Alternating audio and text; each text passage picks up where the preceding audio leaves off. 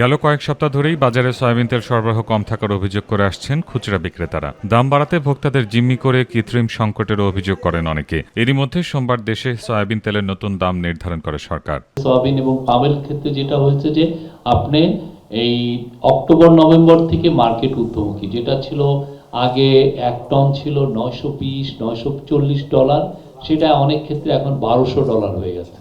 তো মার্কেট ঊর্ধ্বমুখী, সেই জন্য প্রাইসটাকে সেইভাবে অ্যাডজাস্ট করতে হয়। বোতলজাত সয়াবিন তেলের দাম 8 টাকা বাড়িয়ে 175 টাকা এবং খোলা সয়াবিন তেল 157 টাকা নির্ধারণ করা হয়েছে। তবে ঊর্ধ্বমুখী বাজারে নতুন করে তেলের দাম বাড়ায় হিমশিম খেতে হচ্ছে ক্রেতাদের। তেলের দাম বাড়ছে শুনতেছি, স্বল্প আয়ের মানুষ আমাদের উপরে একটা জুলুম হয়ে গেছে। এটা তেল প্রতি বাড়ছেও 8 টাকা করে, কিন্তু আবার তেল সংকট বাজারে এগুলো ঠিক মতো আমরা কেনাকাটা করতে পারতেছি না। এইভাবে দাম মানুষের আসলে কেনাকাটা হাতের বাইরে চলে গেছে।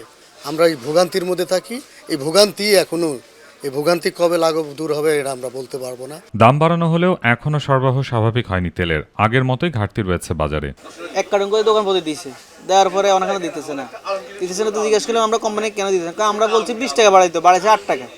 8 টাকার দাম তো হইব না, এটা তেল দিতেছে না কোম্পানি। তেল খালি তো তেলের কথা কইলে হইব কি, আসলে আমাদের গরিবের কষ্টটা গরিবের থাকিয়ে যাইব, এটা বলি লাভ নাই। যে তেলের রেট 8 টাকা বাড়াইছে, এখন আবার ক্রাইসিস দেখা দিয়ে গেছে। এর আগে গত এপ্রিলে দাম বাড়ানো হয়েছিল ভোজ্য তেলের। তবে সরবরাহ স্বাভাবিক না হওয়ায় আরও দাম বাড়ার আশঙ্কা করছেন বিক্রেতারা। এস এম তানবীর, মাই টিভি, ঢাকা।